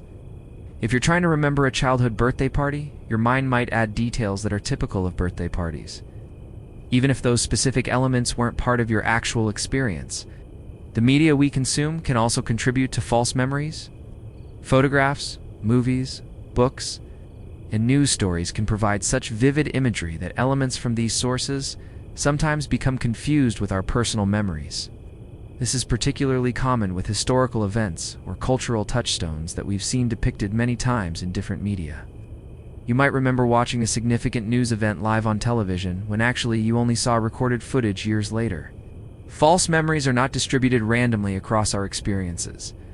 They tend to occur most often for events that are emotionally significant, personally meaningful, or frequently discussed. This makes sense because these are exactly the kinds of memories that our minds work hardest to preserve and make sense of. The very processes that help us maintain our most important memories also make those memories more susceptible to creative reconstruction. Childhood memories are particularly vulnerable to false memory formation, partly because young brains are still developing their memory systems, and partly because childhood experiences are often revisited and reinterpreted through adult perspectives. Many people have vivid memories from very early childhood that research suggests are probably reconstructed from family stories, photographs, and general knowledge about what childhood is like, rather than actual preserved experiences from that time. The implications of false memories extend far beyond academic curiosity. They help explain why different people can have completely different memories of the same shared experience, why family members might disagree about what happened during important events, and why even our most confident recollections might not be entirely accurate. This isn't cause for despair about the reliability of memory, but rather invitation to approach our memories with both gratitude and humility. Understanding false memories also reveals something beautiful about human consciousness. The fact that our minds can create experiences that feel completely real demonstrates the incredible creative power of human imagination and the sophisticated ways our brains work to maintain coherent narratives about our lives. False memories aren't bugs in the system. They're features that allow us to fill in gaps, make sense of incomplete information, and maintain psychological coherence even when our experiences are fragmentary or confusing. The boundary between true and false memories also highlights the subjective nature of human experience. What matters most about our memories might not be their objective accuracy, but their emotional truth and the role they play in shaping our identity and understanding of ourselves. A false memory that helps you make sense of your childhood or that strengthens your connection to family might be more valuable than a technically accurate memory that feels meaningless or disconnected. This doesn't mean that accuracy doesn't matter, especially in contexts like legal proceedings or important personal decisions. But it does suggest that we should hold our memories lightly, appreciating them for their beauty and meaning, while recognizing their creative, reconstructive nature. Our memories are not perfect recordings of our past, they're living, breathing interpretations that continue to evolve as we grow and change. As you rest there now, perhaps feeling a gentle sense of wonder at the creative power of your own mind, consider how this understanding of false memories might change how you think about your own experiences. The stories you tell yourself about your past, the vivid recollections that feel so real and important, are all products of your mind's remarkable ability to weave meaning from experience. Truth from fragments, identity from the endless flow of moments that make up a human life. Tonight, as your brain engages in its nightly work of memory consolidation, it will continue this creative process, potentially strengthening some memories, allowing others to fade, perhaps even creating new connections that weren't part of the original experiences. This isn't something to fear, but something to marvel at. It's evidence of your mind's incredible capacity for creativity, healing, and growth. The false memories your mind might create are not deceptions, but artistic interpretations. It's not failures, but features of a consciousness sophisticated enough to transform raw experience into meaningful narrative. In the gentle darkness of sleep, your creative, reconstructive memory system continues its ancient work, building not just a record of what was, but a foundation for who you are becoming. Your memories, both true and false, are the threads from which the tapestry of your identity is woven, each one contributing to the unique and beautiful pattern that is unmistakably, wonderfully you. Let's continue our exploration by discovering how these memories, whether perfectly accurate or creatively reconstructed, serve as the very foundation of your sense of self. As we've explored the intricate workings of memory, from its neurological foundations to its creative reconstructions, we arrive at perhaps the most profound question of all. Who are you? The answer to this seemingly simple question turns out to be inextricably woven from the threads of memory, because in the deepest sense, you are your memories. Not just the sum of them, but the living, breathing narrative they create. The ongoing story that connects your past self to your present moment and reaches forward into your imagined future. Consider this remarkable fact. The physical substance of your body is constantly changing, every 7 years or so. Nearly every cell in your body is replaced with new ones, built from different atoms, different molecules, different matter entirely. The skin you're in tonight is not the same skin you had when you were a child. The bones that support you now are different from the bones that carried you through your teenage years. Even the neurons in your brain are constantly being renewed and rewired. In a very real sense, you are not the same physical being you were even a few years ago. Yet somehow, despite this constant physical transformation, you remain recognizably, undeniably you. You wake up each morning with an unshakable sense of continuity, knowing without question that you are the same person who went to sleep the night before, the same individual who experienced childhood, who learned to walk and talk and read, who fell in love for the first time, who made the countless decisions that led you to this moment. Ow. This miraculous continuity of self exists nowhere in your atoms or molecules. It lives entirely in the realm of memory. Your sense of identity is built from layers upon layers of remembered experiences, each one adding another brushstroke to the self-portrait that lives in your mind. The memory of learning to ride a bicycle contributes to your sense of yourself as someone who can master new skills. The recollection of a time you helped someone in need becomes part of your identity as a caring person. The memory of overcoming a difficult challenge reinforces your understanding of yourself as someone who perseveres. Every memory, no matter how small or seemingly insignificant, contributes something to the complex, multifaceted sense of who you are.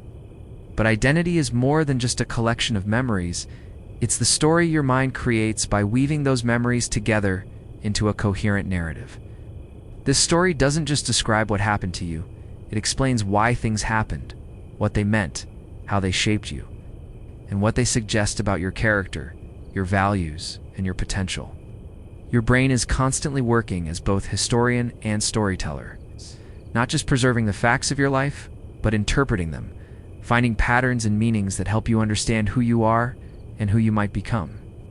This narrative construction is remarkably sophisticated and largely unconscious.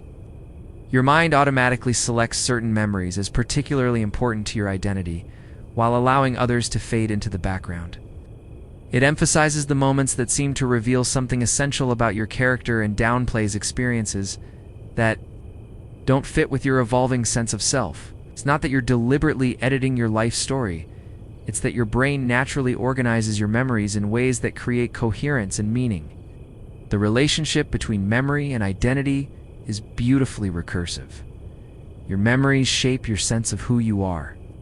But your sense of who you are also influences which memories you form and how you interpret them. If you think of yourself as a creative person, you're more likely to notice and remember moments when you were creative. And you're more likely to interpret ambiguous experiences in ways that reinforce this aspect of your identity. Your identity serves as a lens through which you view new experiences and a filter that influences which aspects of those experiences become part of your enduring memory. Cultural and social memories also play crucial roles in shaping identity. The stories your family tells about your childhood, the traditions and values of your community, the historical narratives of your culture, all become interwoven with your personal memories to create a sense of self that extends beyond your individual experiences. You are not just the product of your own memories, but also of the collective memories that connect you to others, that tell you where you came from and suggest where you belong. The temporal aspect of identity is particularly fascinating. Your sense of self is not confined to the present moment, but stretches across time, connecting your past self to your present self and your imagined future self. Memory allows you to experience what psychologists call temporal continuity, the feeling that you are the same person across different periods of your life, even as you grow and change in countless ways. This temporal identity includes not just who you were and who you are, but also who you hope to become. Your future self exists partly in the realm of memory because it's constructed from memories of past goals achieved, past challenges overcome, past moments when you discovered new capabilities within yourself? When you imagine your future, you're drawing on memories of your past to create a plausible and motivating vision of who you might become. Memory also provides the foundation for moral identity, your sense of yourself as a good or bad person, someone who tries to do the right thing or someone who falls short of your ideals. The memories of times when you helped others, stood up for what you believed in, or made sacrifices for important causes become part of your moral self-concept. Equally important are the memories of times when you fell short, made mistakes, or acted in ways that disappointed yourself. Because these memories also contribute to your understanding of your moral character and your commitment to growth. The social dimension of identity is deeply rooted in memory as well.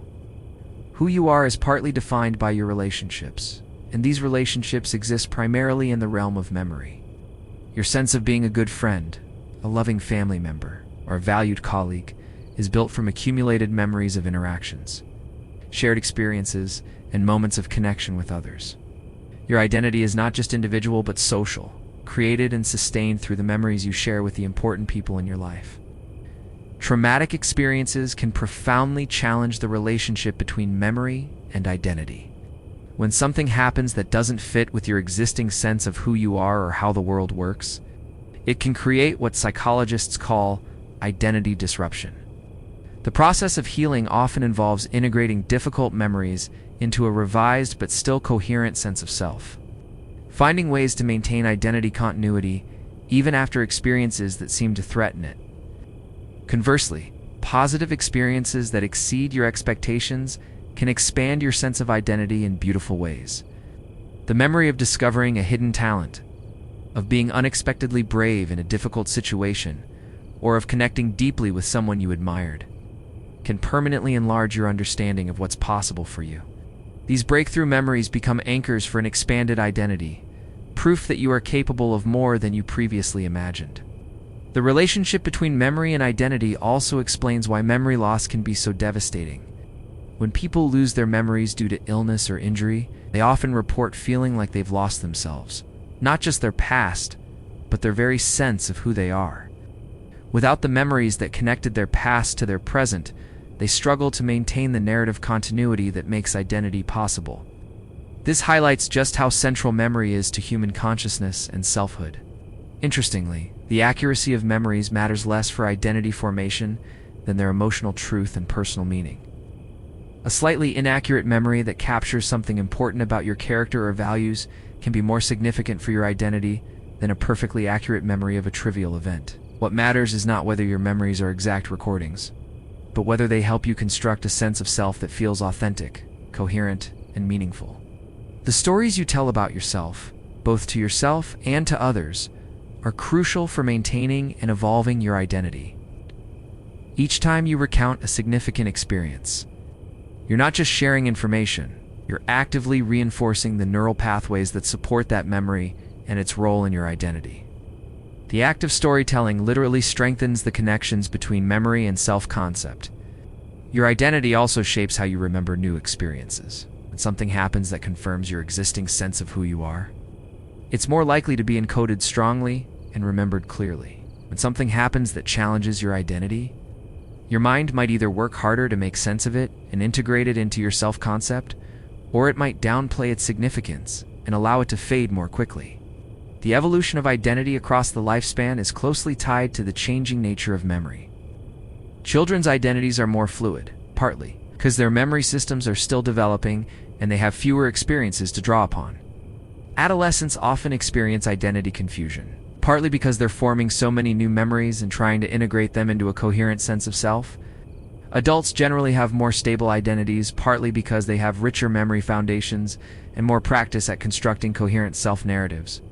As you rest there now, perhaps feeling a deep sense of wonder at the realization that you are, in the most fundamental sense, a living, breathing story written in the language of memory. Consider how this understanding might change the way you think about yourself and your life. Every experience you've had, every person you've met, every challenge you've faced, has become part of the ongoing narrative that is uniquely, beautifully you.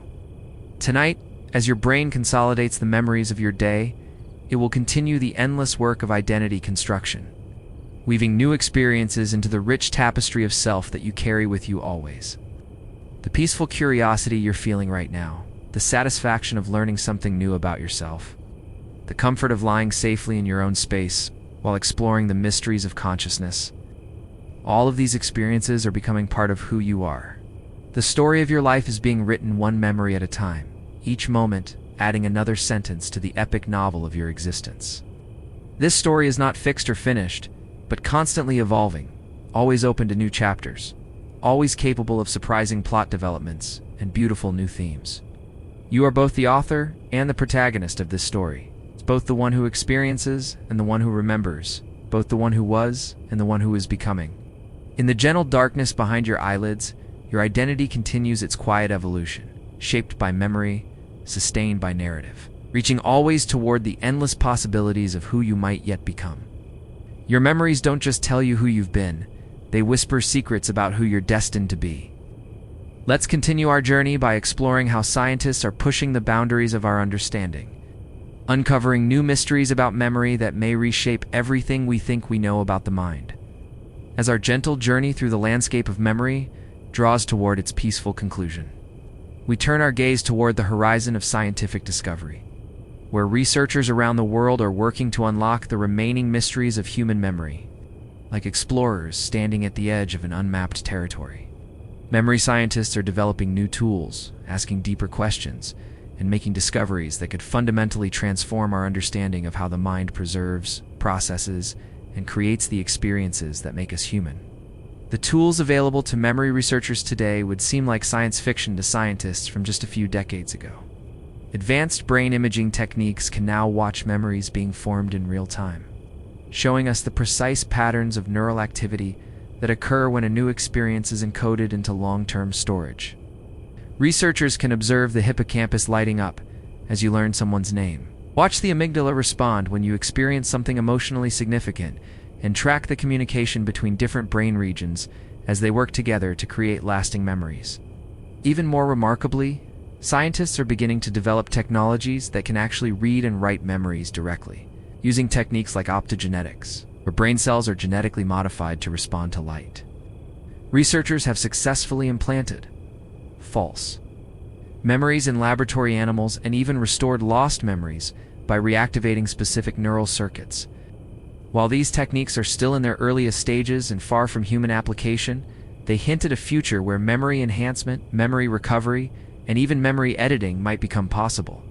These emerging capabilities raise profound questions that extend far beyond the laboratory. If we develop the ability to enhance memory, should we use it? Would a perfect memory be a blessing or a curse? If we could selectively edit traumatic memories, would doing so change who we are in fundamental ways? If we could upload or download memories, what would that mean for personal identity and the nature of human experience? These questions touch on the deepest philosophical issues about consciousness, selfhood, and what it means to be human. Current research is also revealing new insights about the relationship between memory and other cognitive processes. Scientists are discovering that memory is not a separate system that simply stores information, but rather an integral part of virtually every aspect of mental life. A memory influences perception, helping you recognize faces and understand language. It shapes attention, determining what you notice and what you ignore. It guides decision-making, providing the emotional and factual context that helps you choose between different options. Memory even influences imagination, providing the raw materials from which you construct scenarios about the future or create entirely fictional narratives. The study of memory across different species is revealing fascinating insights about the evolution of consciousness itself. Researchers have discovered that many animals, from elephants to dolphins to certain birds, demonstrate sophisticated memory capabilities that were once thought to be uniquely human. Some species can remember specific events from their past, plan for future needs, and even seem to experience something like nostalgia for past experiences. These discoveries are helping scientists understand how memory evolved and what aspects of memory might be fundamental to any conscious experience. Neuroscientists are also making remarkable progress in understanding the cellular and molecular mechanisms that underlie memory formation. They've identified specific proteins that are essential for creating lasting memories, discovered how genes are turned on and off during the memory formation process, and begun to understand how experiences can actually change the structure of DNA in brain cells. This research is revealing that memory is not just about neural connections, but involves complex chemical and genetic processes that operate at the most fundamental levels of biology. The relationship between memory and time remains one of the most intriguing frontiers in memory research. Scientists are investigating how the brain creates our subjective experience of time passing, how it timestamps memory so we can distinguish between events that happened recently and those that occurred long ago, and how it allows us to mentally travel through time to revisit past experiences or imagine future ones. Some researchers speculate that our sense of time itself might be constructed from memory, rather than being a fundamental feature of reality that memory simply records. Sleep research is revealing increasingly sophisticated insights about the role of sleep in memory consolidation.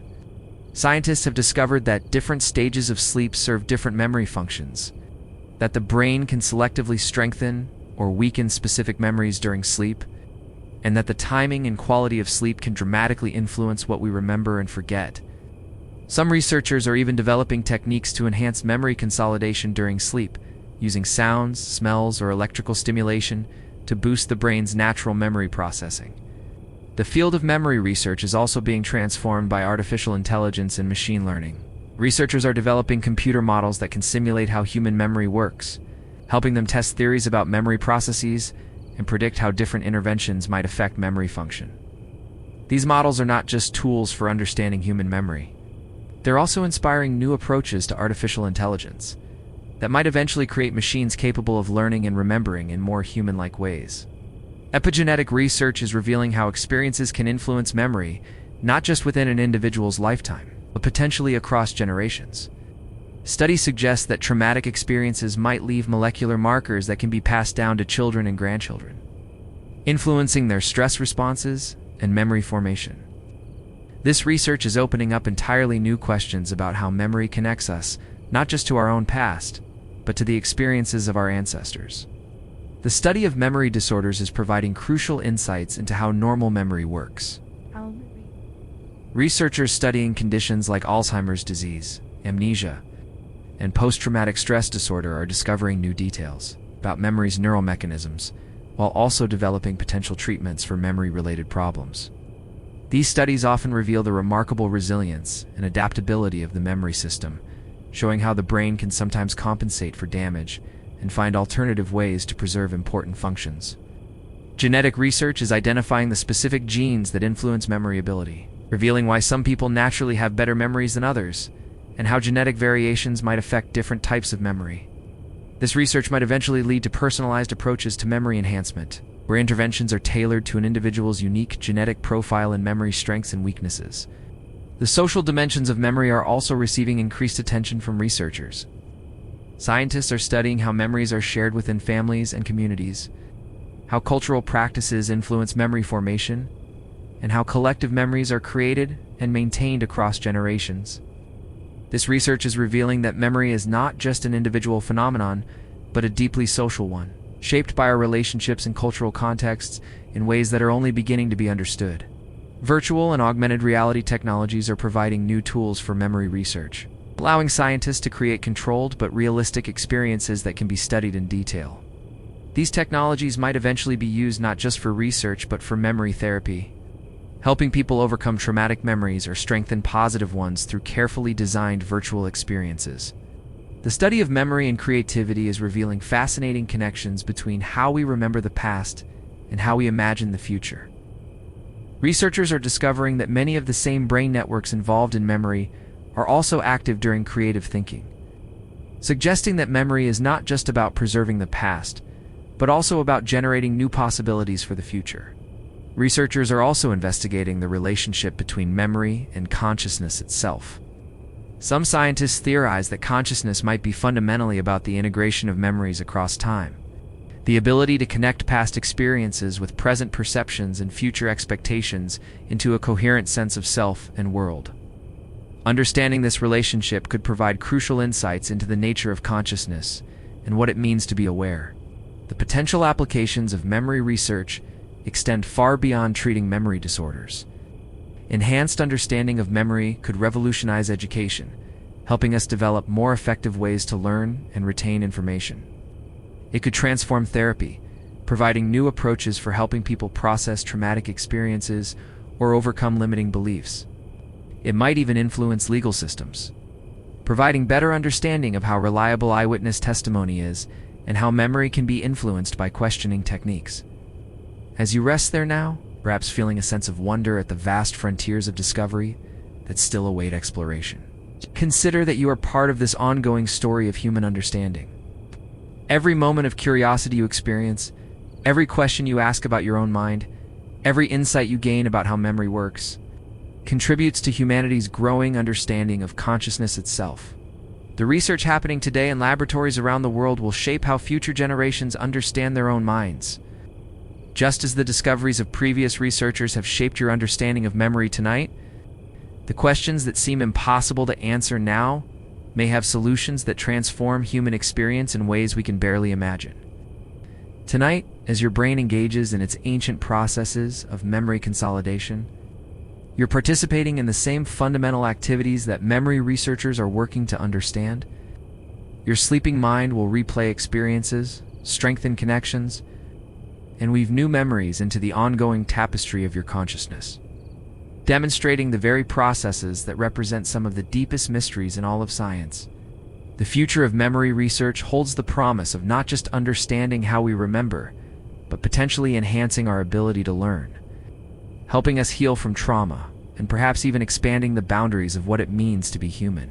Yet regardless of what discoveries await, the fundamental wonder of memory itself, the miracle that allows you to connect this moment with every other moment of your life, will remain as beautiful and mysterious as ever. In the gentle darkness ahead, memory continues its quiet work, building bridges between past and future, between experience and understanding, between who you were and who you are becoming.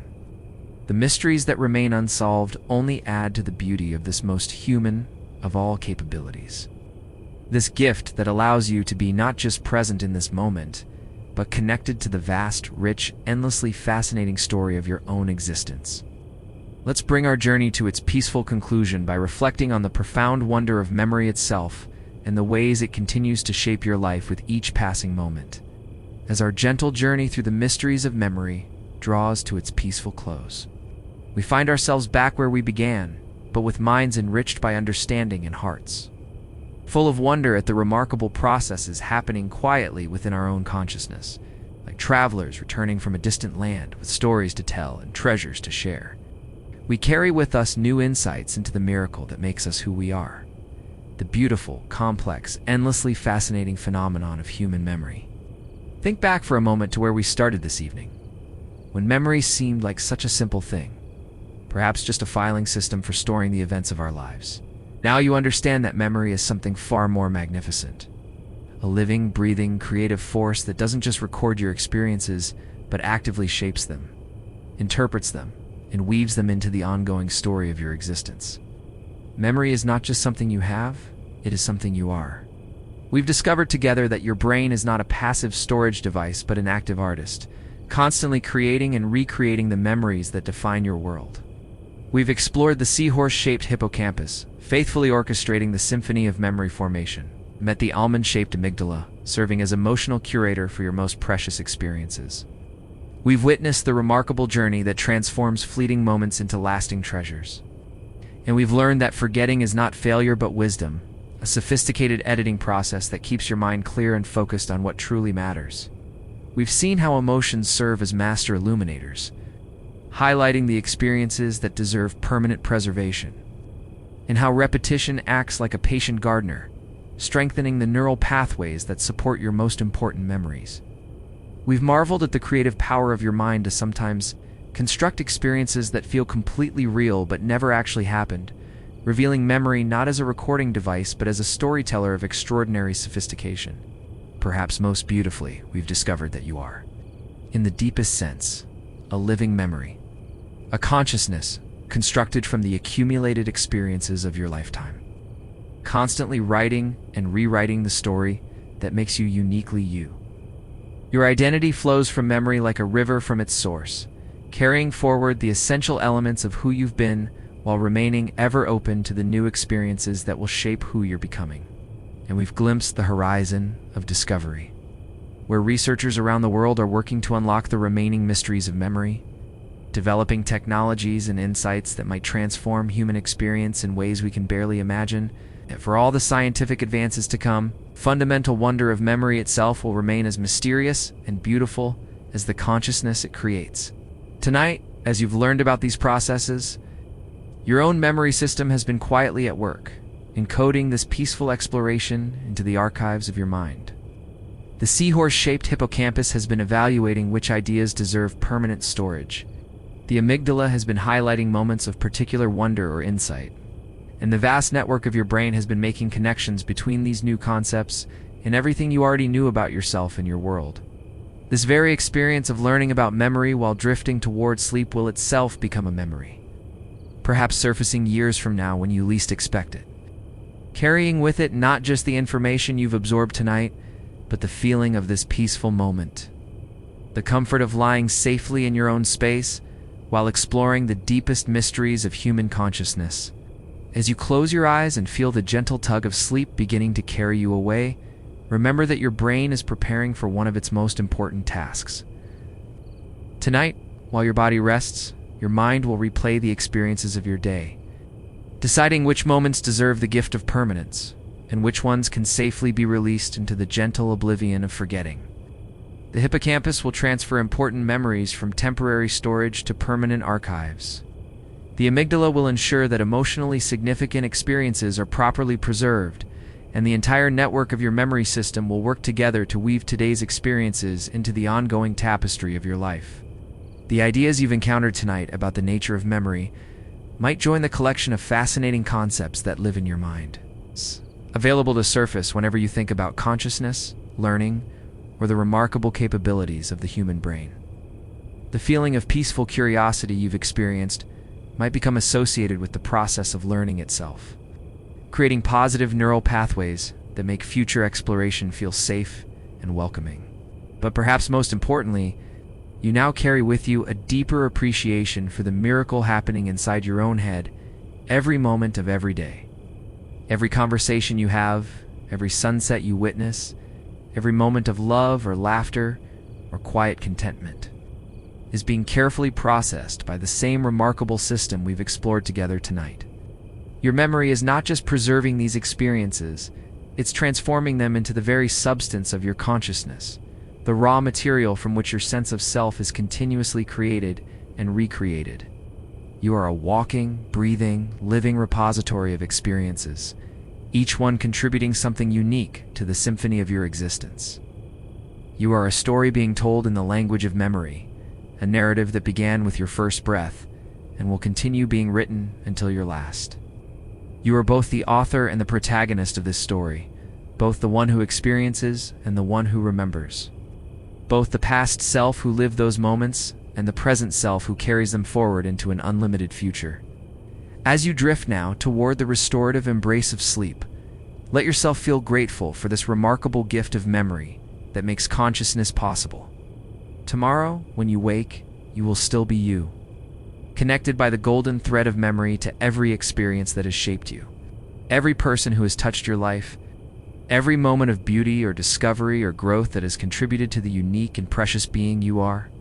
In the soft darkness of sleep, memory continues its ancient work, building bridges between yesterday and tomorrow, between experience and understanding, between who you were and who you are becoming.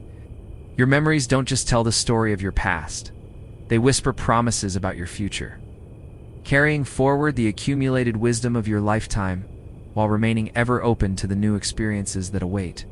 Sleep well, dear traveler of the mind, knowing that you carry within yourself one of the most remarkable phenomena in the known universe, the gift of memory that makes you gloriously, beautifully, eternally human. Let the gentle waves of sleep carry you into dreams where memory and imagination dance together, creating new worlds from the infinite possibilities that live within your wonderful, mysterious, endlessly fascinating mind. Sweet dreams, and remember, even in sleep, you are remembering, and in remembering, you are becoming ever more completely yourself.